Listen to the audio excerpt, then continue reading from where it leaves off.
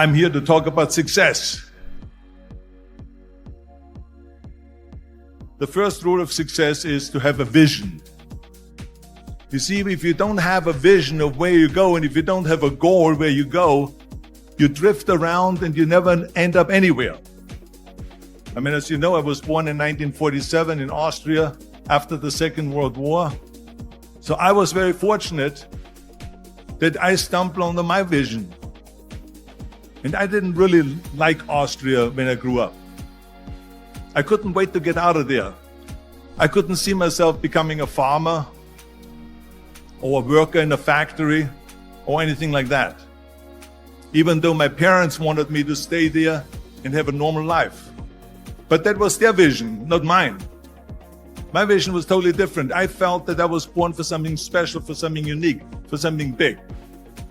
Then one day I went to school. I remember I was 11 years old. And they showed a documentary about America. And there they showed in this documentary the huge skyscrapers, the high-rises, the huge bridges, the 6-lane freeways, and all of this stuff. And I said to myself, that's where I want to be. I don't want to be around here with these little farmhouses and these little buildings. I want to be in America. One day after school, I walked by a store in Graz. So I went inside and I looked around, and then I saw a magazine. I saw a bodybuilding magazine that had Reg Park on the cover.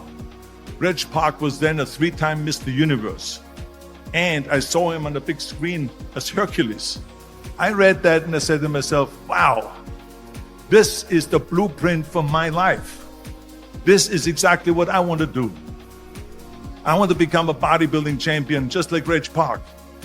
I want to get into movies just like Reg Park. And I want to make millions of dollars and be rich and famous just like Reg Park. Do you know how great it felt that I knew where I was going? Imagine the majority of people don't know where they're going.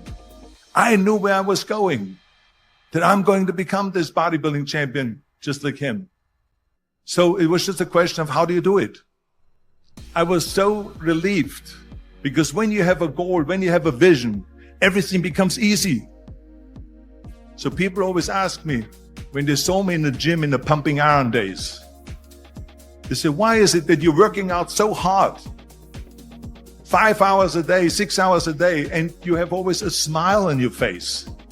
And I told people all the time, I said, because to me, I'm shooting for a goal.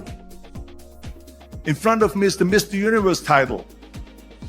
So every rep that I do gets me closer to accomplishing that goal, to make this goal, this vision turn into reality. Every single set that I do, every repetition, every weight that I lift will get me a step closer to turn this goal into reality. So I couldn't wait to do another 500-pound squat. I couldn't wait to do another 500-pound bench press. I couldn't wait to do another 2,000 reps of sit-ups. I couldn't wait for the next exercise. At the age of 20, I went to London and I won the Mr. Universe contest as the youngest Mr. Universe ever.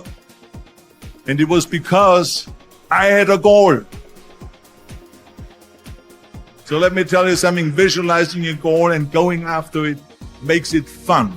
You got to have a purpose no matter what you do in life. You got to have a purpose. 74% hate their job in America. Now, there is not much different when you come to Europe. The majority of people don't like what they're doing because they're really not doing it because they didn't have a goal and they followed this goal. They just aimlessly drift around, and then all of a sudden there's a job opening, so they get that job because you have to work. But then when you work, it's a chore. It's work. It's not fun. So if you think about, only a quarter of the people really enjoy what they're doing in life. That is unbelievable if you think about it. So I felt so blessed that I knew what I was doing. It's like a medical student that studies and knows he wants to become a doctor. You know where to go. And the same thing is also in politics. I remember that in politics, I had a very clear vision that I will be the leader of California.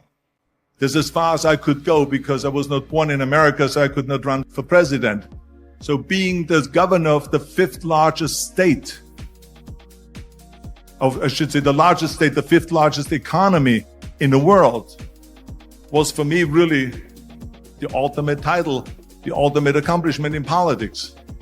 So even though people came up to me and says, why don't you go and run for something smaller? You're never gonna make it. I ran for governor, and then 2 months later I became governor of the state of California.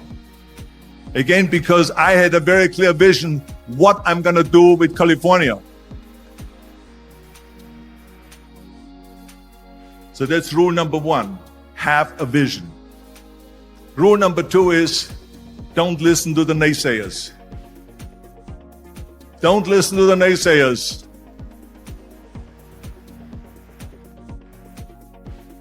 Everything I ever did, the thing that I heard out of people's mouth was, that's impossible.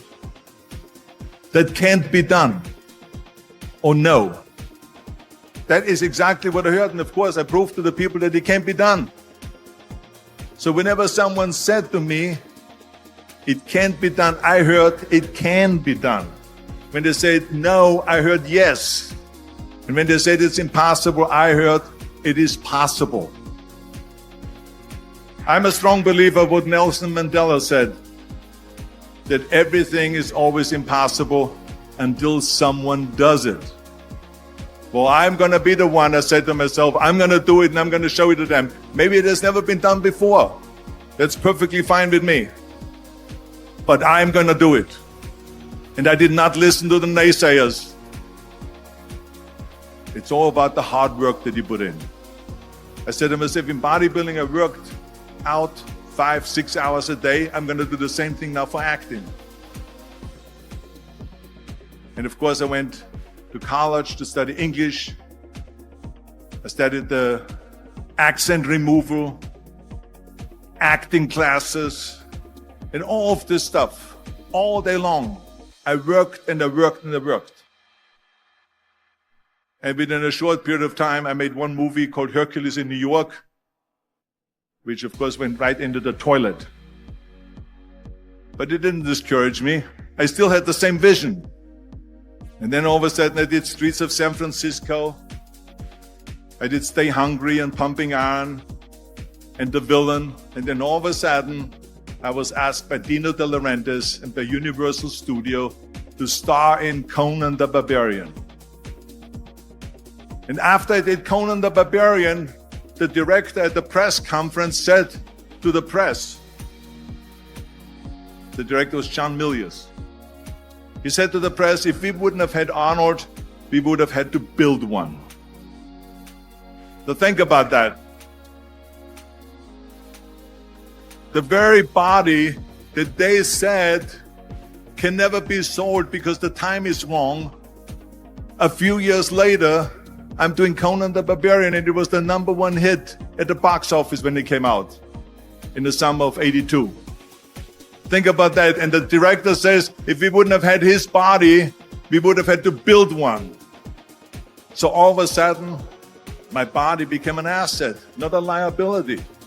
And the same thing was with Terminator. After we were finished filming Terminator, Jim Cameron said to the press, if Arnold wouldn't have had that accent and talked like a machine, I think the movie wouldn't have worked. So think about that. The body and the accent that they attacked was an asset. But I didn't listen to those losers. I didn't listen to them at all. It's just the reality of it is that you cannot listen to the naysayers. So this is a very important lesson for all of you. So when someone says, no, this is a stupid idea, you in your mind, you don't have to say it, but in your mind just say this of you asshole. What do you know?